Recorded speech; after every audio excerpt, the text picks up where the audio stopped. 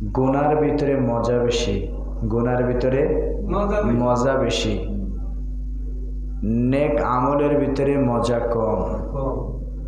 তবে ইমানের পাওয়ার থাকলে নেক আমলেই মজা বেশি। তবে গুনার ভিতরে মজা বেশি, ঠিক আছে। গুনার মজাটা কেমন? বলে একজন মানুষের শরীরে চুলকানি হয়েছে। কি হয়েছে ভাই? চুলকানি বলা হয়। বলেন তো চুলকাইতে কেমন বড় মজা? হ্যাঁ, মনে চায় কামলালে চুলকাই, ঠিক কিনা ভাই? মনে চায় কি কামলা রাইখা চুলকাই, এত মজা। চুলকানের পরে কেমন লাগে? কি জলাটাতে জ্বলে তা বইলে শেষ করা যায় না।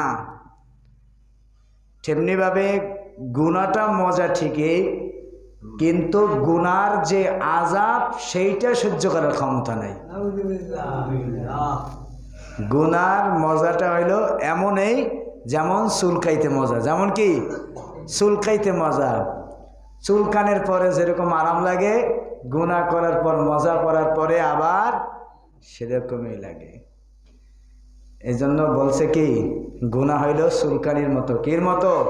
চুলকানির মতো। দেখবেন বুড়া বুড়া মাইসে সিনেমার সামনে দেখে মিটি মিটি আসে। কি ভাই আসে না? মিটি মিটি আসে। মিটি মিটি কি আরে হাসে, মানে তার ভিতরে আনন্দ পাচ্ছে, তার ভিতরে কি আনন্দ পাইতে আছে। আল্লাহ নবী বলেছেন, যেই মানুষের গুনার কারণে আনন্দ পায় তার ইমানেই থাকে না, তার ইমানেই থাকে না। কারণ একজন মুমিন গুনাহ দ্বারা আনন্দিত হতে পারে না। মুমিনের ঈমান থাকবে স্বচ্ছ। কি স্বচ্ছ? রাসূলের জমানায় কোনো মানুষ কম ছিল না ভাই, কম ছিল, অনেক মানুষ ছিল, কিন্তু ঈমানওয়ালা মানুষের বড় অভাব ছিল। ঈমানওয়ালা মানুষের কি ছিল? অভাব ছিল।